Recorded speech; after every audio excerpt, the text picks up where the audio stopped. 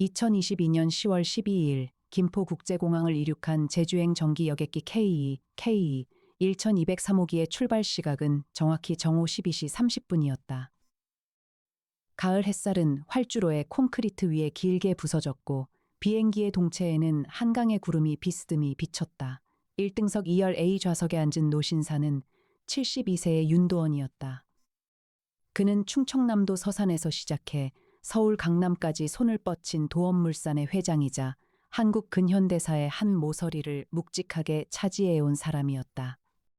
1953년 휴전선 너머에서 단신으로 월남한 그는 1970년대의 산업화와 1997년의 외환위기와 2008년의 금융위기를 모두 자기 한 몸으로 견뎌낸 자수성가의 표본이었다. 그러나 1시 57분 비행기가 제주공항에 착륙했을 때 윤도원은 이미 숨이 끊어진 채였다. 그의 손에는 마시다만 따뜻한 보리차 한 잔이 들려 있었고 입가에는 옅은 거품이 맺혀 있었다. 비행기 안에 있던 1등석 승객은 모두 7명이었고 그중 누구도 그가 죽는 순간을 직접 보지는 못했다.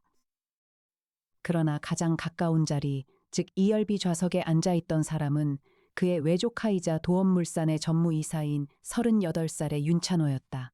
윤찬호는 비행기가 착륙하기 직전 외삼촌의 어깨가 천천히 기우는 것을 보았다.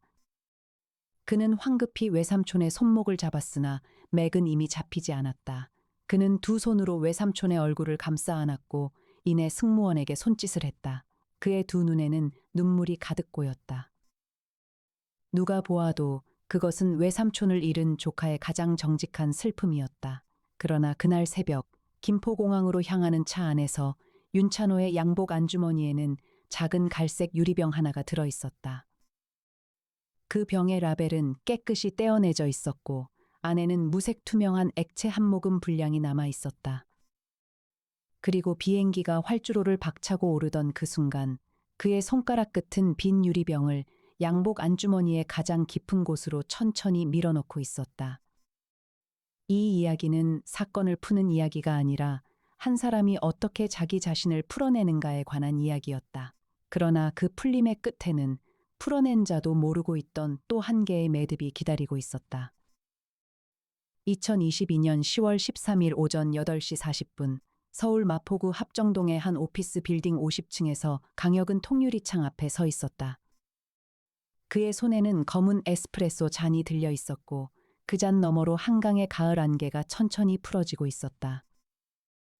1980년생인 그는 1m 85의 키와 75kg의 다부진 체격을 지녔고 한쪽 눈썹을 가로지르는 옅은 흉터와 검게 그을린 얼굴 때문에 처음 만나는 사람들은 그를 은퇴한 권투 선수로 오해하곤 했다. 그는 서울지방경찰청 강력계에서 16년을 보냈고 총경의 계급으로 사직한 뒤 이 빌딩의 전층, 즉 300평의 공간 위에 강력탐정사무소라는 고급 간판을 내걸었다. 그는 부유했다. 아버지의 유산은 그가 평생 한 손가락 하나 까딱하지 않아도 충분할 정도였다. 그러나 그는 탐정 일을 사랑했다. 그가 사무소를 차린 이유는 단 하나, 세상에는 무언가를 잃고 무너진 사람들이 너무나 많기 때문이었다. 그는 재벌이라 할지라도 혹은 가장 낮은 자리에 있는 사람일지라도 무너진 자의 뒤를 끝까지 따라가 주겠다는 한 줄의 직업적 사명을 가슴 안쪽 깊은 곳에 새겨두고 있었다. 탐정님, 문이 열리며 이에나가 들어왔다. 1998년생, 키 1m 70셋, 동그란 금속태 안경 너머의 두 눈은 가을의 새벽처럼 차분했다. 그녀는 국립과학수사연구원 법화학과의 분석화학 전문가였으며 4년 전 강혁이 직접 스카우트하여 이 사무소의 부소장 자리에 앉혔다. 그녀의 손에는 늘 그렇듯 김밥 한 줄과 따뜻한 보리차 한 잔이 들려 있었다. 그녀는 부검실에서도 현장에서도 사무실에서도 김밥을 먹었다. 그녀는 그것이 직업의식이 아니라 저혈당 예방을 위한 실용적인 행동이라고 늘 진지하게 주장했다. 어제 정오 12시 30분 김포발 제주행 KE 1203호기에서 도원물산의 윤도원 회장이 사망했습니다. 1등석 2열 A 좌석. 사인은 아직 미상이며 부검은 오늘 오후 2시 40분에 국립과학수사연구원에서 진행됩니다. 도원물산의 비서실장이 오늘 오전 11시에 사무소를 방문하여 비공식 의뢰를 부탁드리고 싶다고 합니다. 기내 살인입니까? 현재로서는 자연사로 추정되고 있습니다.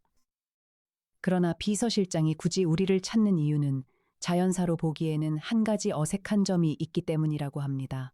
강혁은 잠시 침묵했다. 어색한 것. 그가 형사 시절부터 가장 먼저 찾던 것. 있는 것, 없는 것, 그리고 어색한 것의 순서로 사건을 읽는 그의 오래된 습관은 4년 동안 탐정 일을 하면서도 단 한 번도 흔들리지 않았다. 애나 씨. 김밥 다 드시고 출발합시다. 이미 다 먹었습니다, 탐정님. 이해나는 옅게 미소를 지었다. 그러나 그 미소는 강혁이 보지 못하는 각도에서 천천히 풀어졌고 그녀의 안경 너머의 두 눈은 잠시 창밖의 가을 안개를 응시했다. 그녀는 강혁을 사랑했다. 4년 동안 그 마음을 단 한 번도 입 밖에 낸 적은 없었다.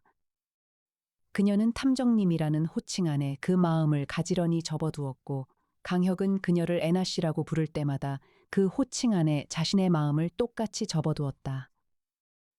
두 사람은 4년 동안 같은 종이의 양쪽 면에 서로의 이름을 적어왔다. 종이는 단 한 번도 펼쳐지지 않았다. 오전 11시 2분 도헌물산의 비서실장 박순영이 강혁 탐정사무소를 찾았다. 그는 50대 후반의 단정한 남자였고 회색 양복과 검은 넥타이를 입고 있었다.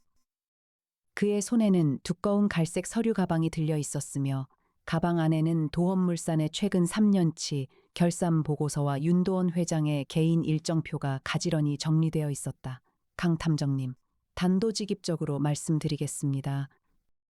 회장님의 죽음을 자연사로 받아들이기에는 도헌물산 내부에 너무 많은 어색함이 있습니다.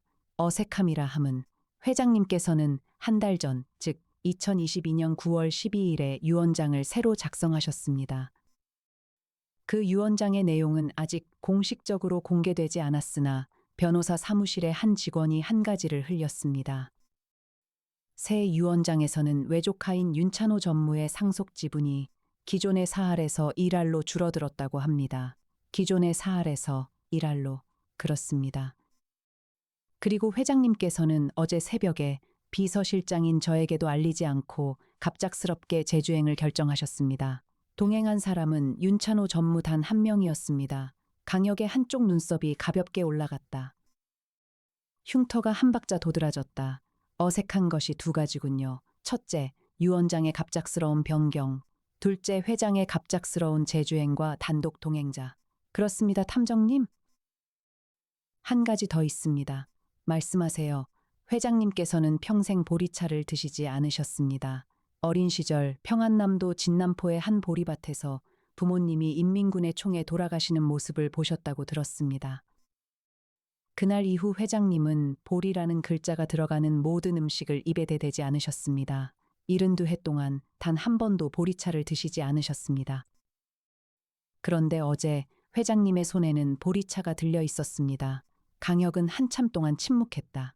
그의 손가락이 에스프레소 잔의 손잡이를 천천히 어루만졌다.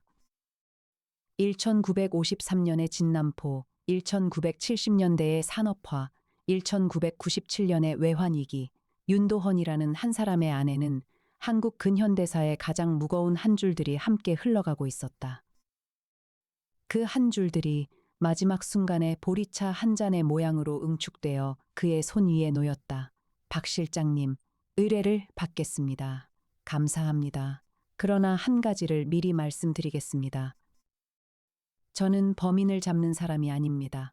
저는 무너진 사람들의 뒤를 끝까지 따라가는 사람입니다.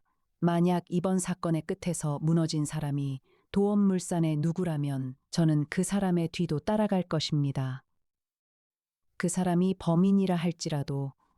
박순영은 잠시 침묵하다가 천천히 고개를 끄덕였다. 알겠습니다, 탐정님. 같은 날 오후 2시 40분 국립과학수사연구원 부검실에서 40대 중반의 송태풍 박사가 윤도원 회장의 부검을 시작했다. 43살의 송태풍 박사는 의학 박사이자 범죄학 전공자였으며 강혁 탐정사무소의 수석 연구원으로 4년째 일하고 있었다. 그의 짧은 회색 머리와 둥근 무태 안경, 그리고 만년필 끝으로 종이를 가볍게 두드리는 버릇은 그가 한국 법의학계의 가장 정밀한 두뇌 중 한 명이라는 사실을 늘 조용히 증언했다. 이해나는 부검실의 한쪽 구석에 앉아 김밥을 먹고 있었다. 그녀의 옆에는 강혁이 서 있었다. 강혁은 그녀가 부검실에서 김밥을 먹을 때마다 한 번도 그 모습을 어색하게 바라본 적이 없었다. 독극물 반응이 나옵니다. 강탐정, 송태풍이 만년필 끝으로 종이를 두드렸다. 위 내용물에서 미량의 디기톡신이 검출되었습니다.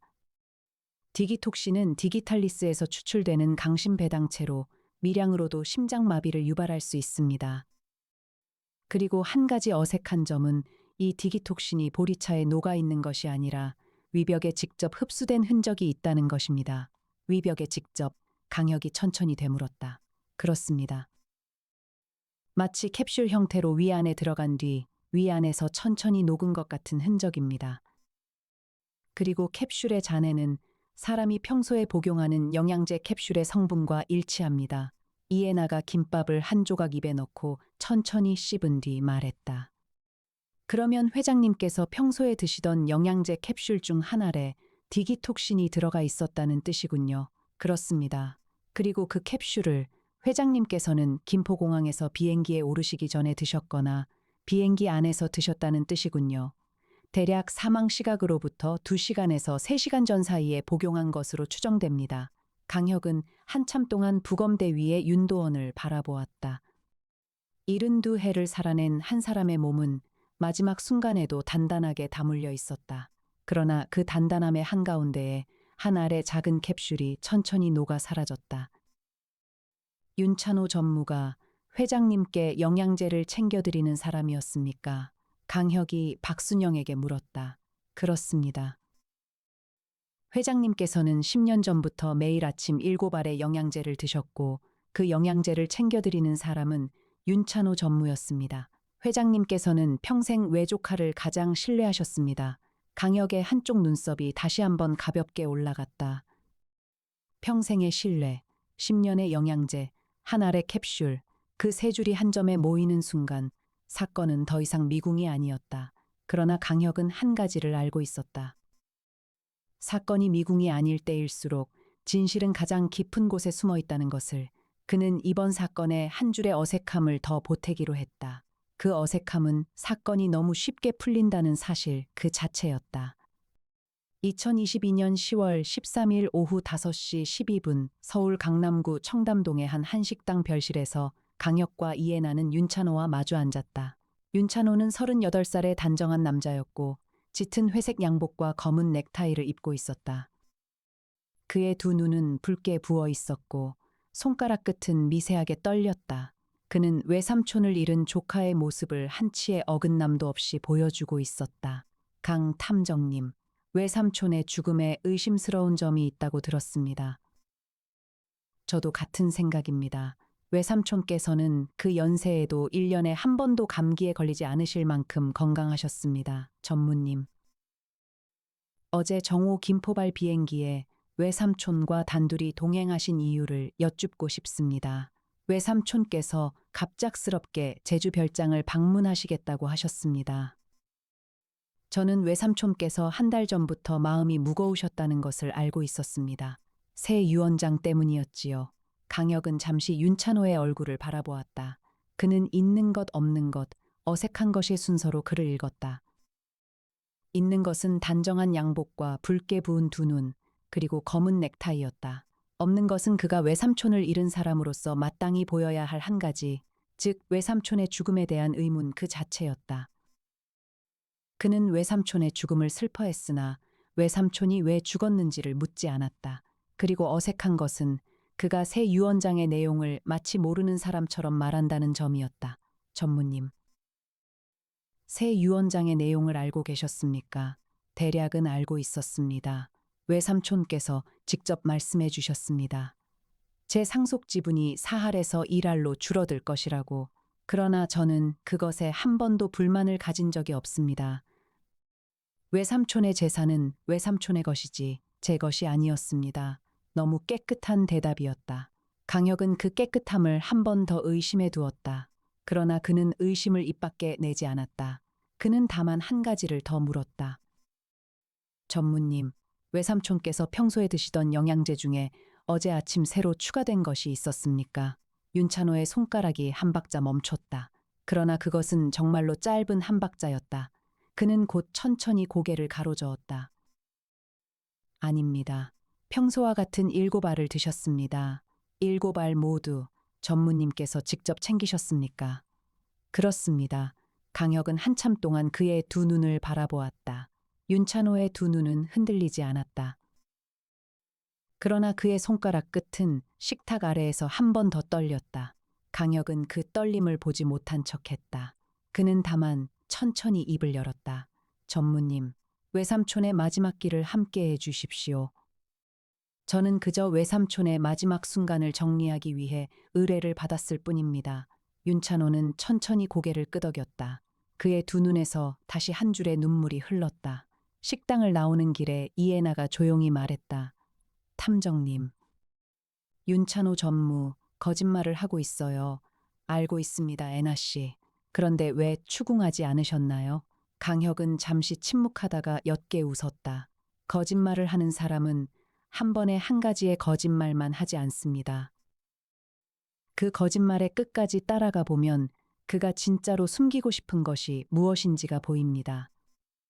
윤찬호 전무가 숨기고 싶은 것이 정말로 외삼촌을 죽인 사실인지 아니면 다른 무엇인지를 저는 아직 모릅니다.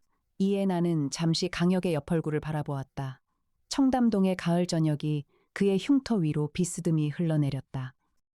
그녀는 그 옆얼굴을 4년 동안 바라보아 왔다. 그러나 그날 저녁의 옆얼굴은 4년 동안의 어떤 옆얼굴보다도 한 박자 깊었다. 2022년 10월 14일 오전 9시 4분 강혁 탐정사무소의 회의실에는 강혁, 이해나, 송태풍 박사 그리고 조수 나정희가 마주 앉았다. 30대 중반의 나정희는 미인이었고 사무소의 모든 일정과 의뢰인의 사연을 머릿속에 정확히 담아두는 사람이었다. 그녀의 손에는 도헌물산의 최근 3년치 결산 보고서가 들려 있었다. 탐정님. 도헌물산의 결산 보고서를 분석해 보았습니다. 한 가지 어색한 점이 있어요. 나정희가 만년필 끝으로 종이를 가볍게 두드렸다. 2020년부터 2022년까지 도헌물산의 자회사인 도헌해운의 매출이 표면적으로는 늘었지만 영업이익은 42%나 감소했어요. 그런데 윤찬호 전무는 도헌해운의 대표이사를 겸직하고 있습니다. 그러면 윤찬호 전무가 도헌해운에서 무언가를 빼돌리고 있었다는 뜻이군요. 송태풍이 말했다. 가능성이 높습니다. 그리고 한 가지 더 있습니다. 나정희가 다른 서류 한 장을 꺼냈다. 도헌해운은 2021년 10월에 충청남도 서산의 한 작은 물류회사를 인수했습니다. 그 회사의 이름은 한일통상이며 인수가는 시가의 3배인 47억 원이었습니다. 그리고 그 한일통상의 실소유주는 윤찬호 전무의 처남인 김도진이었습니다. 강혁은 한참 동안 서류를 바라보았다. 47억 원. 시가의 3배, 처남의 회사, 사할에서 일할로 줄어든 상속지분, 새 유언장, 한 알의 캡슐, 그리고 평생 보리차를 마시지 않던 노인의 손에 들려있던 보리차 한 잔. 애나 씨. 윤도원 회장이 새 유언장을 작성한 날짜가 정확히 언제였습니까? 2022년 9월 12일입니다. 그러면 도헌물산의 내부 감사 일정은요? 2022년 9월 15일에 시작되어 10월 20일에 종료될 예정이었습니다. 9월 15일부터 10월 20일까지 강역이 천천히 되뇌었다.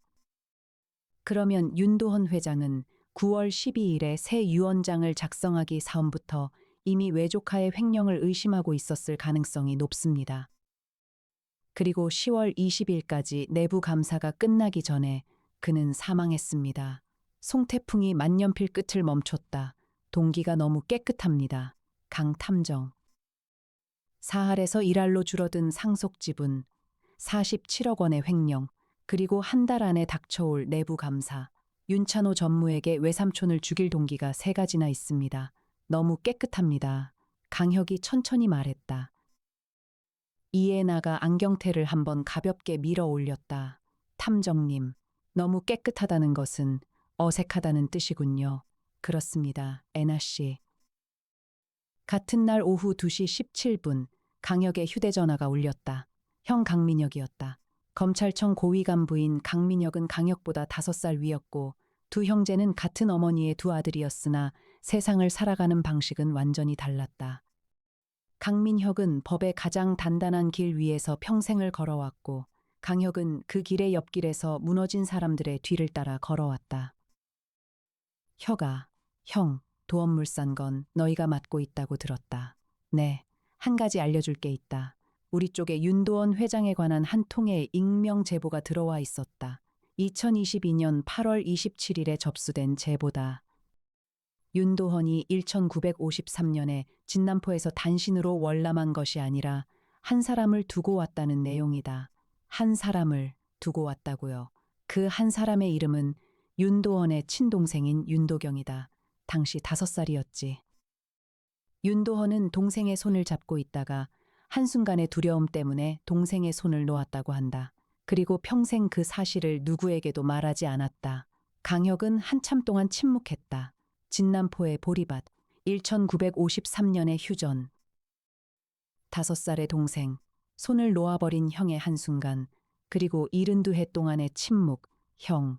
그 제보의 내용이 사실이라는 증거는 있습니까? 익명 제보자가 사진 한 장을 함께 보냈다. 1952년 진남포의 한 사진관에서 찍은 사진이다. 두 형제가 어머니의 무릎 위에 앉아 있는 사진, 그리고 사진 뒷면에는 5살 아이의 이름이 만년필로 적혀 있다. 윤도경, 1947년생, 형. 그 제보자가 누구인지 짐작 가는 사람이 있습니까? 아직은 모른다. 그러나 한 가지는 분명하다. 그 제보자는 윤도원의 72해 동안의 침묵을 깨고 싶어 한 사람이다. 그리고 그 사람은 어쩌면 이번 사건의 가장 깊은 자리에 앉아 있을지도 모른다. 전화를 끊은 뒤 강혁은 한참 동안 통유리창 앞에 서 있었다. 한강의 가을 안개는 어제와 같은 모양으로 풀어지고 있었으나 그의 눈에 비친 안개는 어제와는 다른 무게로 흘렀다. 애나 씨, 네, 탐정님. 사건이 한 사람의 동기로 너무 깨끗하게 풀릴 때 우리는 어떻게 해야 하지요? 이애나는 잠시 침묵하다가 천천히 말했다. 그 사람의 동기 뒤에 또 다른 사람의 동기가 숨어 있는지를 살펴봐야 합니다. 그렇습니다. 2022년 10월 15일 오전 10시 22분 강혁과 이애나는 김포국제공항의 보안실에서 CCTV 영상을 확인했다. 10월 12일 정오 12시 17분 윤도원 회장과 윤찬호 전무가 1등석 라운지에 함께 들어가는 모습이 또렷이 잡혀 있었다. 윤도원은 평소처럼 옅은 회색 모직 외투를 입고 있었고 윤찬호는 짙은 회색 양복 차림이었다. 라운지 안에서 윤찬호는 작은 종이컵에 따뜻한 물을 따라 외삼촌에게 건넸다. 윤도원은 양복 안주머니에서 작은 알약 케이스를 꺼내 7알의 영양제를 손바닥 위에 가지런히 올려놓았다. 그리고 그는 그 7알을 한꺼번에 입에 털어 넣었다. 윤찬호는 그 옆에서 종이컵을 들고 있었다. 7알을 한꺼번에. 강혁이 천천히 말했다. 그렇습니다. 이애나가 영상을 한 박자 되감았다. 그런데 탐정님, 한 가지 어색한 점이 있어요. 말씀해 보세요. 이애나는 영상의 한 부분을 천천히 확대했다. 화면 안에서 윤도원이 알약 케이스에서 7알을 꺼내는 그 순간 그의 손가락이 한 알을 잠시 망설인 듯이 멈췄다. 그는 그 한 알을 한참 동안 바라보았다. 그리고 그 한 알을 다시 케이스 안에 넣었다. 그러나 윤찬호가 옆에서 무언가를 말하자 윤도원은 잠시 망설이다가 그 한 알을 다시 케이스에서 꺼내 7알 안에 포함시켰다. 회장님은 그 한 알을 의심하셨군요. 이애나가 말했다. 그러나 마지막 순간에 왜 조카를 믿기로 하신 거지요? 강혁이 천천히 말했다. 72해의 신뢰가 마지막 한순간의 의심을 이긴 겁니다. 너무 슬픈 장면이에요, 탐정님. 그렇습니다, 애나 씨. 강혁은 한참 동안 화면 속의 윤도헌을 바라보았다.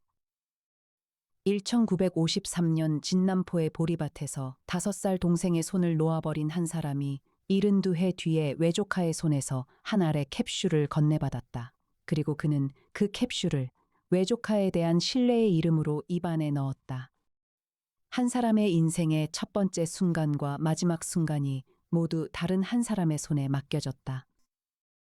2022년 10월 16일 오전 11시 47분 강혁은 도원물산의 본사 회의실에서 윤찬호와 다시 마주 앉았다.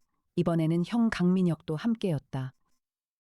강민혁은 비공식적인 자리임을 분명히 했으나 그의 자리 자체가 이미 한 줄의 무게를 띠고 있었다. 전무님, 강혁이 천천히 말했다. 10월 12일 정오 12시 30분 김포발 제주행 K2 1203호기에서 외삼촌의 영양제 7알 중 하나리 디기톡신이 든 캡슐이었습니다. 그리고 그 하나를 평소에 7알 안에 추가한 사람은 전무님이십니다. 윤찬호는 한참 동안 침묵했다. 그의 두 손은 무릎 위에 가지런히 놓여 있었고 그의 두 눈은 회의실의 한 점을 응시했다. 그리고 그는 천천히 입을 열었다. 제가 했습니다. 회의실의 공기가 한 박자 무거워졌다. 이에나의 안경테가 한번 가볍게 흔들렸다. 강민혁의 손가락이 만년필 끝을 멈췄다. 2021년 10월에 저는 처남의 회사인 한일통상을 시가의 3배에 인수했습니다. 그 거래 안에서 제가 빼돌린 금액은 정확히 28억 4천만 원이었습니다. 외삼촌께서는 2022년 8월부터 그 사실을 의심하고 계셨고 9월 12일에 새 유언장을 작성하셨습니다. 그리고 10월 20일에 내부 감사가 종료되면 저는 검찰에 고발될 예정이었습니다. 그래서 외삼촌을 죽이기로 결심하셨군요. 그렇습니다. 디기톡신은 어디에서 구하셨습니까? 제 아내가 심장병으로 디기탈리스 계열의 약을 복용하고 있습니다. 한 달치 약에서 일주일치를 따로 모았습니다.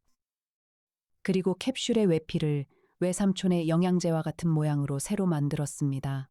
10월 12일 아침 영양제 케이스의 7알 중 하나를 디기톡신이 든 캡슐로 바꿔치기 하셨습니까? 그렇습니다. 윤찬호의 두 눈에서 한 줄의 눈물이 흘렀다. 그러나 그 눈물은 어제 청담동의 한 식당에서 흘리던 눈물과는 다른 종류의 눈물이었다.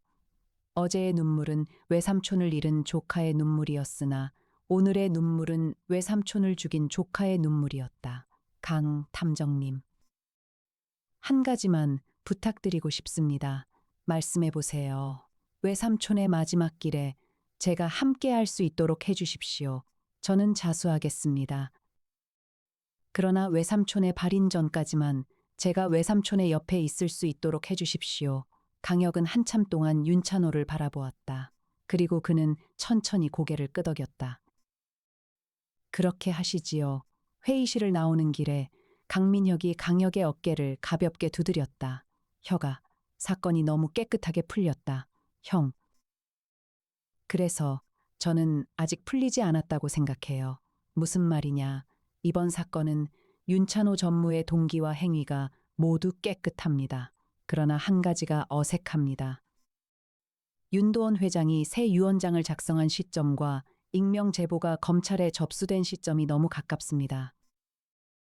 누군가가 일부러 윤도원 회장의 침묵을 그 시기에 깨려고 했습니다. 그러면 너는 윤찬호 전무가 진짜 범인이 아니라고 보는 거냐? 아니에요, 형. 윤찬호 전무는 외삼촌을 죽였습니다. 그것은 분명합니다. 그러나 그가 외삼촌을 죽이도록 한 또 한 사람이 사건의 가장 깊은 자리에 앉아 있습니다. 2022년 10월 17일 오후 3시 22분 강혁 탐정사무소로 한 통의 익명 편지가 도착했다. 봉투에는 발신인이 적혀 있지 않았고 우체국 소인은 충청남도 서산이었다. 봉투 안에는 한 장의 사진과 한 장의 짧은 편지가 들어 있었다. 사진은 1952년 진남포의 한 사진관에서 찍은 흑백 사진이었다. 어머니의 무릎 위에 두 형제가 앉아 있었다. 큰 아이는 5살의 윤도헌, 작은 아이는 5살의 윤도경이었다. 사진 뒷면에는 만년필 글씨로 윤도헌, 윤도경, 1952년 봄, 진남포 광성리라고 적혀 있었다. 그리고 그 아래에는 또 한 줄의 글씨가 새로 적혀 있었다. 동생은 살아남았다. 편지는 단 3줄이었다. 강 탐정님께 윤도헌 회장은 72해 동안 동생을 두고 왔다고 믿었습니다. 그러나 동생은 살아남았습니다. 그리고 그 동생의 이름은 박순영입니다. 한 사람, 강혁의 손가락이 한 박자 멈췄다. 박순영, 도원물산의 비서실장, 사건을 그에게 의뢰한 사람. 애나 씨, 네, 탐정님. 박순영 실장의 출생연도와 출생지를 한 번만 확인해 주세요. 이에나의 손가락이 키보드 위에서 빠르게 움직였다. 그녀는 4년 동안 한 번도 강혁보다 늦은 적이 없는 사람이었다. 1분 47초 뒤 그녀는 천천히 입을 열었다. 박순영, 1947년생, 출생지는 충청남도 서산이라고 공식 기록에 적혀 있어요. 그런데 탐정님, 어색한 점이 있습니다. 박순영 실장의 호적상 부친인 박 씨는 1952년에 처음으로 호적에 박순영을 등재했어요. 그 이전의 기록은 없습니다. 1952년이라. 그리고 한 가지 더 있습니다. 박순영 실장의 왼쪽 손목 안쪽에 작은 점 2개가 나란히 찍혀 있어요. 어제 한식당에서 잠깐 보았습니다. 그리고 사진 속의 5살 윤도경의 왼쪽 손목 안쪽에도 같은 자리에 같은 모양의 점 2개가 찍혀 있어요. 강혁은 잠시 사진을 들여다보았다. 흑백 사진 속의 5살 아이의 왼쪽 손목 안쪽에 작은 점 2개가 나란히 찍혀 있었다. 그 점은 42년 전 강혁이 형사 시절 처음 만났던 한 가족의 평생을 단 하룻밤 만에 사라지게 한 잔인한 진실의 한 줄을 떠올리게 했다. 그가 형사 일을 그만둔 가장 큰 이유였던 그 사건. 그러나 그는 그 기억을 다시 마음의 가장 안쪽으로 천천히 밀어넣었다. 애나 씨, 박순영 실장에게 한 번 더 만나자고 연락해 주세요. 네, 탐정님. 같은 날 밤 11시 47분, 강혁은 사무소의 통유리창 앞에 혼자 서 있었다. 그의 손에는 위스키 한 잔이 들려 있었으나 그는 한 모금도 마시지 않았다. 그의 머릿속에서는 한 줄의 그림이 천천히 다시 그려지고 있었다. 1953년 진남포의 보리밭에서 5살의 윤도원은 5살의 동생 윤도경의 손을 놓았다. 그러나 윤도경은 죽지 않았다. 그는 한 가족에게 거두어졌고 박시성의 새 이름으로 살아갔다. 박순영. 그는 75해 동안 자기 자신이 누구인지 모른 채로 살았다. 그러던 어느 날 그는 자기 자신의 진짜 이름을 알게 되었다. 그가 평생 모셔온 도헌물산의 회장 윤도헌이 1953년에 진남포에서 5살 동생의 손을 놓아버린 바로 그 형이라는 사실을, 그리고 그가 평생 모셔온 형이 평생 그 사실을 누구에게도 말하지 않은 채로 살아왔다는 사실을, 박순영은 형을 사랑했을 것이다. 72해 동안의 침묵이 깊은 사랑이었다는 것을 알았을 것이다. 그러나 동시에 그는 72해 동안 단 한 번도 자기 자신을 찾으려 하지 않은 형의 침묵에 한 줄의 한을 품었을 것이다. 그 한이 1년이 되고 10년이 되었을 때 그는 한 가지 결심을 했다. 형을 죽이기로. 그러나 자기 손으로는 죽이지 않기로. 그는 윤찬호 전무의 횡령을 알고 있었다. 도원해운의 대표이사인 윤찬호가 처남의 회사를 시가의 3배에 인수한 사실을 비서실장의 자리에서 누구보다 먼저 알고 있었다. 그는 윤도원 회장에게 그 사실을 천천히 흘렸다. 1년에 걸쳐서 한 줄씩 한 줄씩. 그리고 2022년 8월에 그는 자기 자신을 익명 제보자로 만들어 검찰에 진남포의 사진을 보냈다. 그가 형을 죽이기 위해 사용한 무기는 칼이 아니라 형이 72해 동안 가장 두려워해온 한 가지, 즉 자기 자신의 동생이 살아있다는 사실 그 자체였다. 윤도원은 그 사실을 알게 된 순간 자기 인생의 가장 단단한 한 줄이 풀리는 것을 느꼈을 것이다.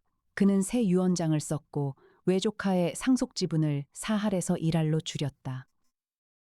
그는 외조카의 횡령에 분노했고 동시에 자기 자신이 동생을 두고 왔다는 사실에 무너졌다. 그리고 그 무너짐이 그의 평생의 신뢰를 한순간의 의심으로 바꾸어 놓았을 때 그는 10월 12일 정오 김포발 제주행 비행기에 올랐다. 박순영이 형을 죽인 것은 윤찬호의 손이 아니었다. 박순영이 형을 죽인 것은 형 자신의 72해 동안의 침묵이었다. 강혁은 위스키 잔을 천천히 내려놓았다. 그의 두 눈에는 한 줄의 깊은 그늘이 드리워졌다. 이에나가 회의실 문을 조용히 열고 들어왔다. 그녀의 손에는 김밥 2줄이 들려 있었다. 탐정님, 김밥 드세요. 고맙습니다, 애나 씨. 그런데 탐정님, 한 가지 어색한 것이 더 있어요. 말씀해 보세요. 윤찬호 전무가 외삼촌의 영양제에 디기톡신을 넣은 것은 분명해요. 그러나 윤찬호 전무의 자백 중에 한 가지 어색한 부분이 있어요. 윤찬호 전무는 제 아내가 디기탈리스 계열의 약을 복용하고 있다고 했어요. 그런데 제가 확인해 보았는데 윤찬호 전무의 아내는 디기탈리스 계열의 약을 복용한 적이 없어요. 그녀의 심장병은 다른 종류이고 다른 약을 복용하고 있어요. 강혁의 손가락이 한 박자 멈췄다. 그러면 디기톡신은 어디에서 왔을까요? 그것을 윤찬호 전무에게 건넨 사람이 따로 있다는 뜻이에요. 그 사람이 누구인지 짐작하십니까? 이해나는 한참 동안 침묵하다가 천천히 입을 열었다. 박순영 실장이요, 탐정님. 2022년 10월 18일 오후 2시 40분, 강혁은 도원물산의 본사 회장실에서 박순영과 단둘이 마주 앉았다. 회장실의 한쪽 벽에는 윤도원 회장의 영정사진이 검은 띠를 두르고 걸려 있었고 그 아래에는 흰 국화 7송이가 가지런히 놓여 있었다. 박 실장님, 네 탐정님, 실장님의 왼쪽 손목 안쪽에 있는 2개의 점에 대해 한 가지를 여쭙고 싶습니다. 박순영의 손가락이 한 박자 멈췄다. 그러나 그것은 정말로 짧은 한 박자였다. 그는 곧 천천히 회장실의 한 점을 응시했다. 그는 한참 동안 침묵하다가 천천히 양복의 왼쪽 소매를 걷어 올렸다. 그의 왼쪽 손목 안쪽에는 작은 점 2개가 나란히 찍혀 있었다. 1948년 봄에 어머니께서 직접 새겨주신 점입니다. 어머니의 성함은 무엇이셨습니까? 이씨 성을 가지신 분이라고만 들었습니다. 호적상의 어머니, 즉 충청남도 서산의 박시댁 어머님께서 1952년 가을에 진남포에서 한 아이를 거두셨다고 들었습니다. 그 아이가 저였습니다. 그러면 실장님은 72해 동안 자기 자신이 누구의 동생인지를 모르신 채로 살아오셨군요. 박순영은 한참 동안 침묵했다. 그리고 그는 천천히 고개를 가로저었다. 아닙니다, 탐정님. 저는 알고 있었습니다. 언제부터요? 2015년이었습니다. 그해 가을, 저는 회장님의 양복을 정리하다가 양복 안주머니에서 낡은 흑백 사진 한 장을 발견했습니다. 진남포의 한 사진관에서 찍은 사진이었습니다. 두 형제가 어머니의 무릎 위에 앉아 있는 사진이었지요. 그 사진 속에 작은 아이의 왼쪽 손목 안쪽에 점 2개가 찍혀 있었습니다. 그 점이 제 손목의 점과 같은 자리에 있었습니다. 그날 이후 회장님께 말씀드리지 않으셨습니까? 말씀드리지 않았습니다. 한 번도. 왜요? 박순영의 두 눈에서 한 줄의 눈물이 흘렀다. 그러나 그것은 슬픔의 눈물이 아니었다. 그것은 7년 동안 한 가지 진실을 마음의 가장 안쪽에 묻고 살아온 사람의 가장 단단한 눈물이었다. 회장님께서 72해 동안 그 사실을 침묵하셨다는 것은 72해 동안 저를 한 번도 잊지 않으셨다는 뜻이라고 생각했습니다. 잊은 사람은 침묵하지 않습니다.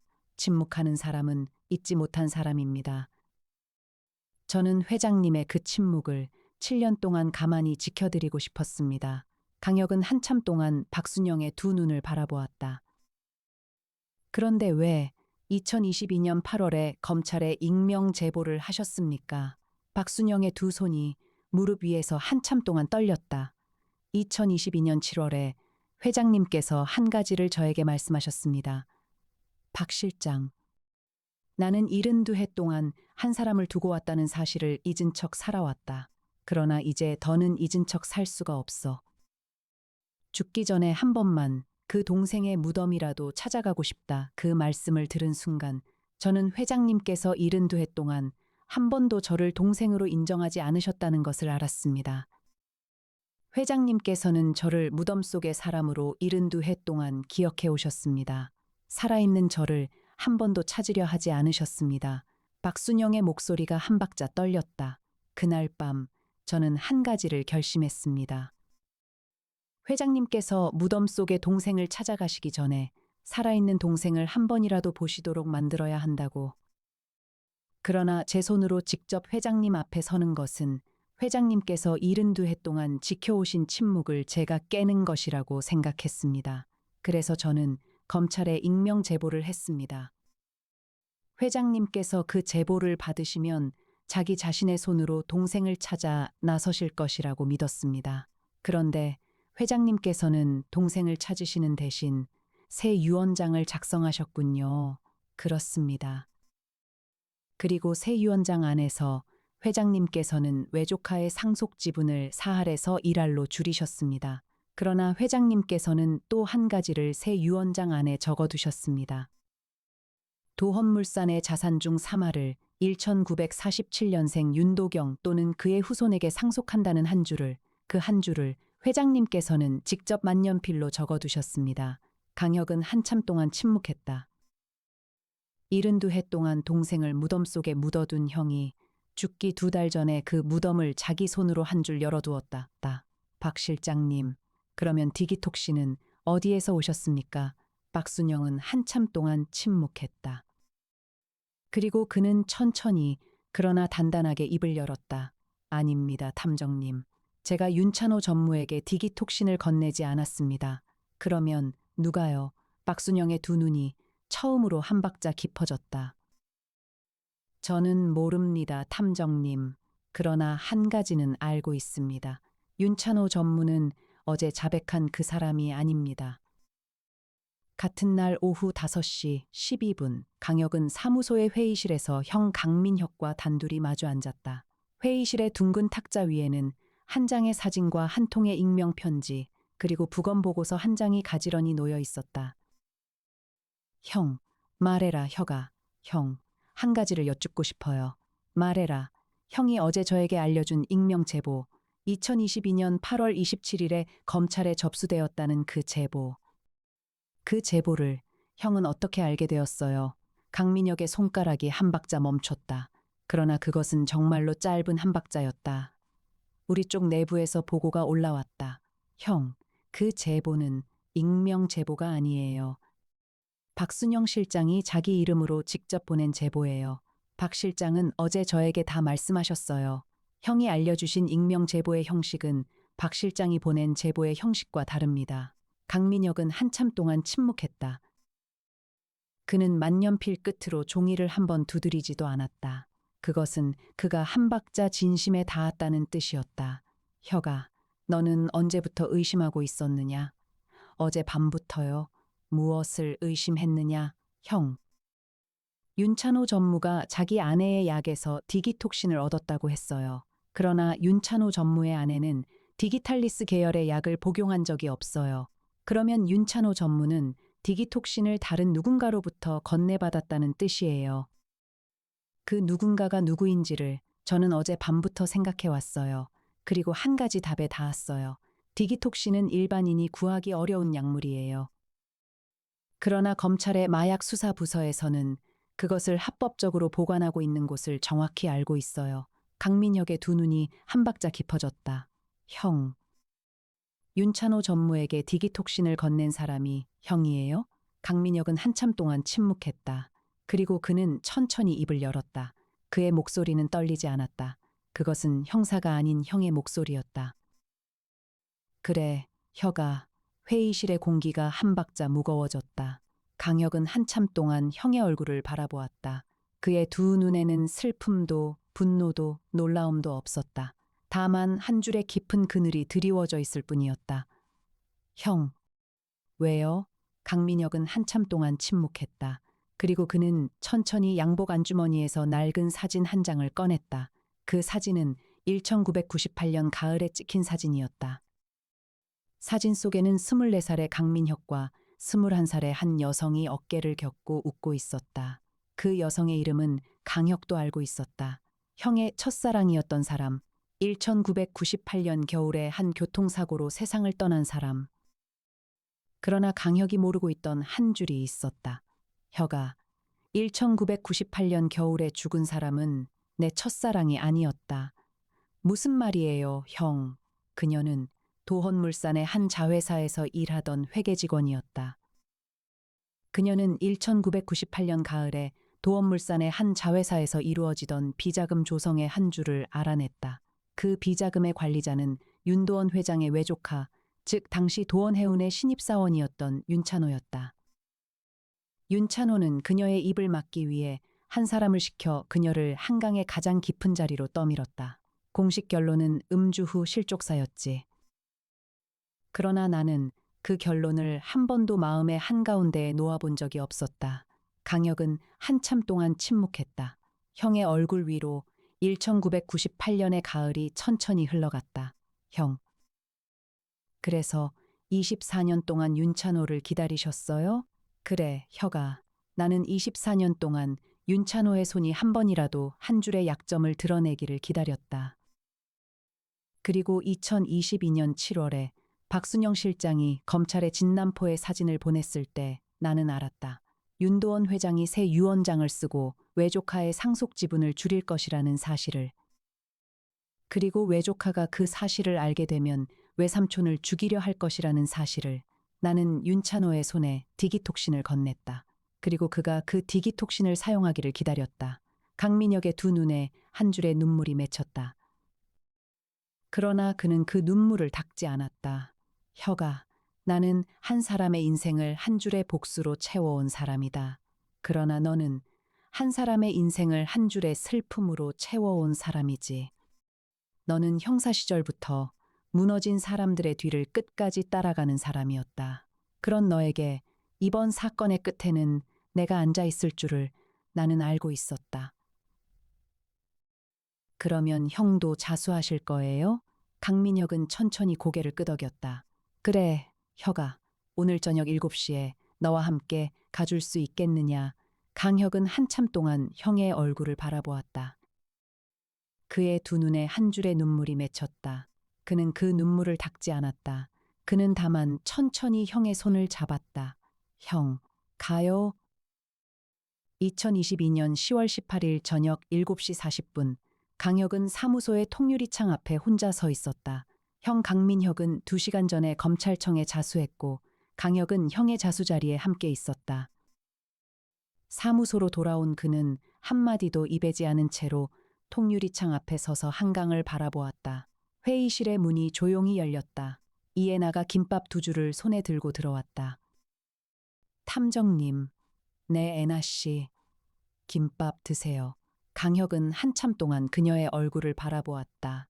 그녀의 안경 너머의 두 눈에는 4년 동안 한 번도 보인 적이 없는 한 줄의 떨림이 있었다. 애나씨, 네, 탐정님. 한 가지만 여쭙겠습니다. 말씀하세요. 2022년 8월 27일에 검찰에 접수된 익명 제보. 박순영 실장이 보낸 그 제보가 형의 손에 가장 먼저 닿도록 한 사람이 누구입니까? 이해나의 손가락이 한 박자 멈췄다. 김밥 한 줄이 그녀의 손가락 끝에 매달려 있었다. 그녀는 한참 동안 침묵했다. 그리고 그녀는 천천히 입을 열었다. 저예요, 탐정님. 회의실의 공기가 한 박자 무거워졌다. 강혁은 한참 동안 그녀의 얼굴을 바라보았다. 그의 두 눈에는 슬픔도 분노도 놀라움도 없었다. 다만 한 줄의 깊은 그늘이 드리워져 있을 뿐이었다. 애나 씨, 왜요? 이해나는 한참 동안 침묵했다.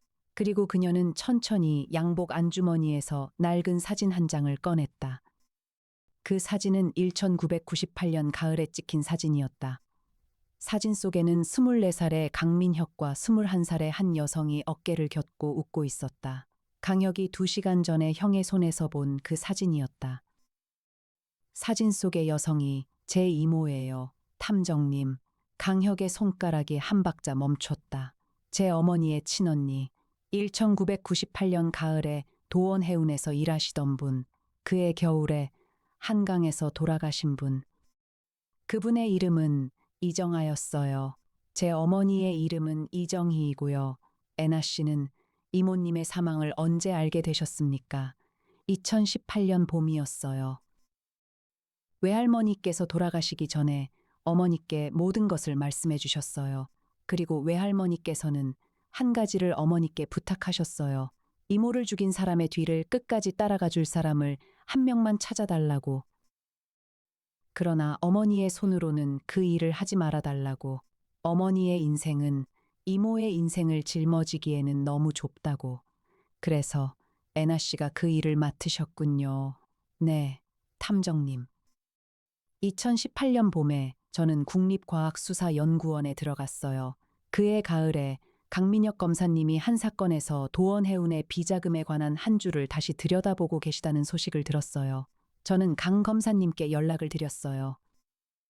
그리고 강 검사님께서는 저에게 한 가지를 부탁하셨어요. 동생의 옆자리에 앉아달라. 동생이 이번 사건의 끝까지 가지 못하도록 옆에서 한 박자씩 늦춰달라. 그러나 동생이 진실에 닿는 것을 끝까지 막지는 말아달라. 강혁은 한참 동안 침묵했다. 4년 동안 그의 옆자리에 앉아 김밥을 건네던 한 사람이 4년 동안 한 가지 약속을 지키기 위해 그곳에 앉아 있었다. 애나 씨, 4년 동안 김밥은 진심이었습니까? 이 애나는 한참 동안 침묵했다. 그리고 그녀의 두 눈에서 한 줄의 눈물이 흘렀다. 그러나 그것은 슬픔의 눈물이 아니었다. 그것은 4년 동안 한 가지 약속과 한 가지 마음 사이에서 매일 한 박자씩 흔들려온 사람의 가장 단단한 눈물이었다. 탐정님, 김밥은 처음부터 진심이었어요.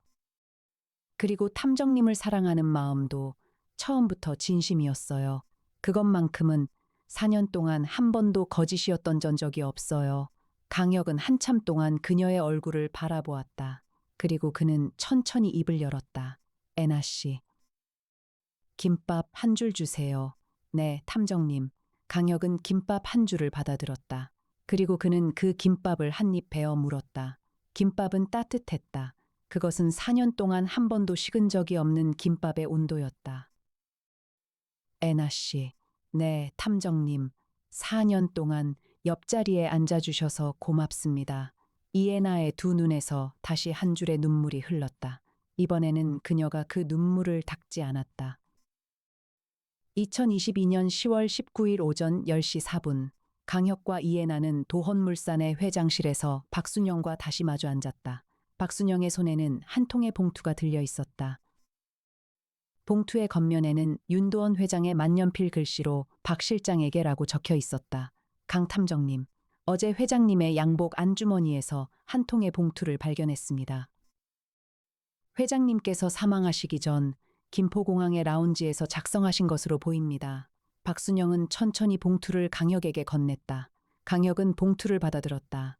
봉투 안에는 한 장의 짧은 편지가 들어 있었다. 박 실장에게. 너의 이름이 박순영이 아니라는 것을 나는 2015년 가을부터 알고 있었다. 그날 나는 양복 안주머니의 사진을 일부러 너에게 정리하라고 두었다.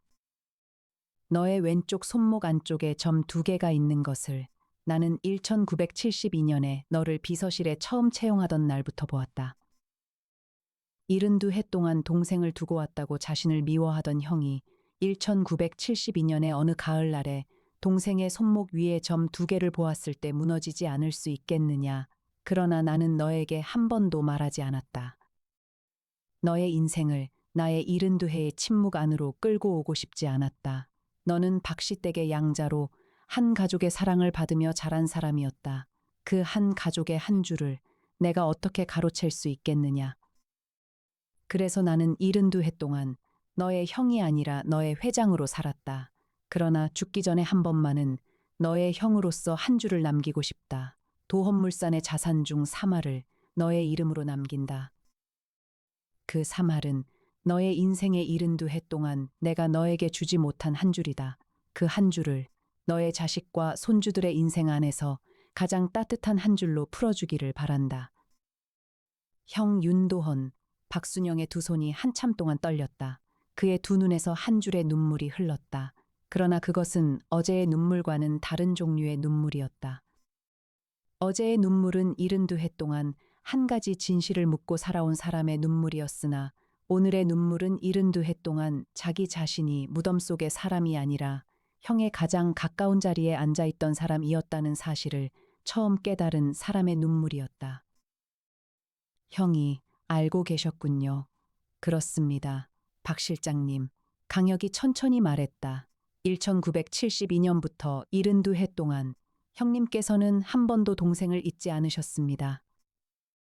그리고 한 번도 동생을 무덤 속에 묻어두지 않으셨습니다. 형님께서는 동생을 가장 가까운 자리에 앉혀두고 72회를 사셨습니다. 박순영은 한참 동안 봉투를 손에 들고 있었다. 그리고 그는 천천히 회장실의 영정사진 앞으로 걸어가 흰 국화 한 송이를 봉투 위에 가지런히 올려놓았다. 형, 회장실의 공기가 한 박자 따뜻해졌다. 72해 만에 박순영이 윤도원을 형이라고 부르는 한 줄이 그 공간에 처음으로 풀려나왔다. 같은 날 오후 2시 40분 강혁은 사무소의 회의실에서 이해나, 송태풍 박사, 나정이와 마주 앉았다. 회의실의 둥근 탁자 위에는 한 장의 사진과 2통의 편지, 그리고 부검보고서 한 장이 가지런히 놓여 있었다. 탐정님, 이해나가 천천히 입을 열었다. 이번 사건은 결국 누가 가장 깊은 자리에 앉아 있었던 사건일까요? 윤찬호 전무인가요? 강민혁 검사님인가요? 아니면 박순영 실장님인가요? 강혁은 한참 동안 침묵했다. 그리고 그는 천천히 입을 열었다. 애나 씨. 한 가지만 더 말씀드리겠습니다. 말씀하세요. 10월 12일 정오 12시 30분에 김포공항을 이륙한 비행기 안에서 윤도원 회장의 마지막 모습이 CCTV에 찍혀 있었습니다. 그날 라운지의 CCTV를 다시 살펴보았더니 한 가지 어색한 점이 있었습니다. 어떤 점이요? 윤도원 회장이 알약 케이스에서 7알을 꺼낼 때 하나를 망설이다가 다시 케이스에 넣었지요. 그러나 윤찬호 전무가 옆에서 무언가를 말하자 다시 그 한 알을 꺼냈습니다. 그 장면을 한 박자 더 자세히 보면 윤도원 회장이 알약 케이스를 보는 방향이 알약을 의심하는 사람의 방향이 아닙니다.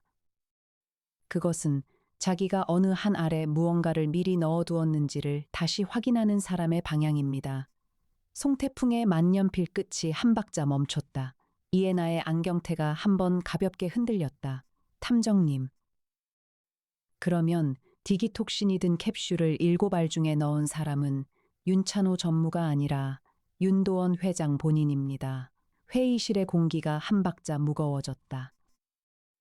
윤도원 회장은 박순영 실장이 자기 동생임을 1972년부터 알고 있었습니다. 그리고 외조카인 윤찬호의 횡령도 2022년 봄부터 알고 있었습니다. 그러나 그가 72해 동안 가장 무겁게 가지고 있던 한 줄은 자기 자신이 평생 동생의 손을 놓아버린 사람이라는 한 줄이었습니다. 그는 죽기 전에 그 한 줄을 풀어내고 싶었습니다. 그런데 왜 자기 자신을 죽이는 방식을 택했나요? 그가 자기 자신을 죽이는 방식을 택한 것은 외조카 윤찬호를 처벌하기 위해서이기도 했지만 동시에 박순영 실장에게 도헌물산의 사마를 아무런 의심 없이 상속시키기 위해서이기도 했습니다. 만약 그가 자연사로 죽었다면 새 유언장의 한 줄은 도헌물산의 임원들과 윤찬호의 손에 의해 한 줄씩 풀려나갔을 것입니다. 그러나 그가 외조카의 손에 의해 죽은 것으로 처리되면 외조카는 자기 자신의 손으로 한 줄을 풀 수 없게 됩니다. 그리고 박순영 실장의 사말은 형의 마지막 한 줄로 단단하게 지켜집니다. 그러면 윤찬호 전무에게 강민혁 검사님이 디기톡신을 건네주신 것도 윤도원 회장의 한 줄이었습니다. 형님은 24년 동안 윤찬호를 기다려왔지요. 윤도원 회장은 형님의 그 기다림을 알고 있었습니다. 두 사람은 2022년 7월에 만났습니다. 그 자리에서 윤도원 회장은 형님에게 한 가지를 부탁했습니다. 외조카에게 디기톡신을 건네달라. 그러나 그 디기톡신을 외조카가 직접 사용하도록 두지 말아달라. 외조카가 그 디기톡신을 손에 든 채로 비행기에 오르면 나머지 한 줄은 내가 직접 풀겠다. 이해나가 한 박자 깊게 숨을 들이쉬었다. 그러면 디기톡신을 캡슐 안에 넣어 7알에 섞은 사람은 윤찬호 전무가 아니라 윤도헌 회장 본인이군요. 그렇습니다. 그리고 윤찬호 전무는 자기 자신이 외삼촌을 죽였다고 진심으로 믿고 있습니다. 외조카의 자백은 외조카의 입장에서는 진심이었습니다. 그러나 외조카가 7알 중 한 알에 손을 댄 적은 한 번도 없었습니다. 외조카는 외삼촌이 자기를 위해 마련한 한 줄의 무대 위에서 자기 자신의 손가락이 흔들리는 모습을 외삼촌에게 마지막으로 보여드린 것뿐이었습니다. 회의실의 공기가 한 박자 깊어졌다. 강혁의 두 눈에 한 줄의 눈물이 맺혔다. 그러나 그는 그 눈물을 닦지 않았다. 윤도원 회장은 72해 동안 동생의 손을 놓아버린 사람으로 살았습니다. 그리고 죽기 전에 동생의 손을 다시 잡기 위해 한 가지를 택했습니다. 자기 자신의 손으로 자기 자신의 인생을 마지막으로 마무리하는 것. 그것이 그가 동생에게 줄 수 있는 가장 따뜻한 한 줄이라고 믿었습니다. 이해나는 한참 동안 침묵했다. 그리고 그녀는 천천히 입을 열었다. 탐정님, 그러면 윤찬호 전무는 어떻게 되나요? 그는 자기가 외삼촌을 죽였다고 진심으로 믿고 있는데요. 강혁은 한참 동안 침묵했다. 그리고 그는 천천히 일어났다. 애나 씨, 우리가 풀어야 할 한 줄은 이제 윤찬호 전무 안에 있는 한 줄이에요. 그는 자기 자신을 외삼촌을 죽인 사람으로 평생 믿으며 살아갈 것입니다. 그러나 우리는 그가 외삼촌을 죽인 사람이 아니라는 한 줄을 외삼촌의 마지막 한 줄로서 그에게 전해주어야 합니다. 그것이 무너진 사람의 뒤를 끝까지 따라가는 일이지요. 그렇습니다. 애나 씨. 2022년 10월 23일 저녁 7시 40분, 강역의 사무소 50층에서는 서쪽 하늘이 천천히 붉어지고 있었다. 한강 위로 늦가을의 노을이 길게 드리워졌고 도시의 불빛은 하나씩 켜지기 시작했다. 송태풍 박사는 만년필을 만지작거리며 사건 보고서의 마지막 줄을 적었다. 본 사건은 한 사람의 외조카가 외삼촌을 죽인 사건이 아니라 72해 동안 동생의 손을 놓아버린 한 사람이 죽기 전에 동생의 손을 다시 잡기 위해 자기 자신의 손으로 자기 인생의 한 줄을 마지막으로 풀어낸 사건이었다. 나정희는 옆에서 그 보고서를 천천히 읽으며 작게 한숨을 쉬었다. 강혁은 통유리창 앞에 서서 노을을 바라보았다. 형 강민혁은 오늘 아침 검찰청에 정식으로 자수했고 윤찬호 전무도 그 옆에 함께 앉았다.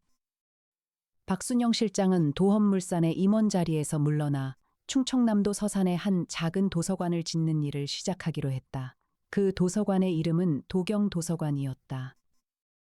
이해나가 따뜻한 보리차 2잔과 김밥 2줄을 손에 들고 통유리창 앞으로 다가왔다. 탐정님, 네, 애나 씨, 오늘 저녁에는 보리차로 같이 드실래요? 강혁은 옅게 미소를 지었다. 그는 보리차 한 잔을 받아들었다. 72해 동안 한 사람이 단 한 번도 마시지 못한 한 잔의 보리차가 4년 동안 한 줄도 식지 않은 김밥과 함께 그의 손 위에 가지런히 놓였다. 애나 씨, 한 가지만 여쭙겠습니다. 네, 탐정님. 4년 동안 옆자리에 앉아주신 일이 약속 때문이었든 마음 때문이었든 저는 그 한 줄을 모두 받겠습니다. 그러나 이제부터의 한 줄은 약속이 아닌 마음으로만 앉아주실 수 있겠습니까? 이해나의 안경 너머의 두 눈에 한 줄의 떨림이 일었다. 그러나 그 떨림은 4년 동안의 어떤 떨림보다도 한 박자 가벼웠다. 네, 탐정님. 창밖의 한강 위에서 작은 배 한 척이 천천히 노을 속으로 흘러갔다. 그 배가 어디로 가는지 두 사람은 묻지 않았다. 다만 그 배가 어디에서 출발했는지를 두 사람은 이제 알 것 같았다. 72해 동안 한 사람이 놓아버린 한 줄의 손이 72해 만에 마침내 다시 잡혔다. 그리고 한 줄의 비행기가 정오 12시 30분에 김포공항을 이륙한 그 가을의 한 줄은 그 손 안에서 가장 따뜻한 한 줄로 풀려나왔다.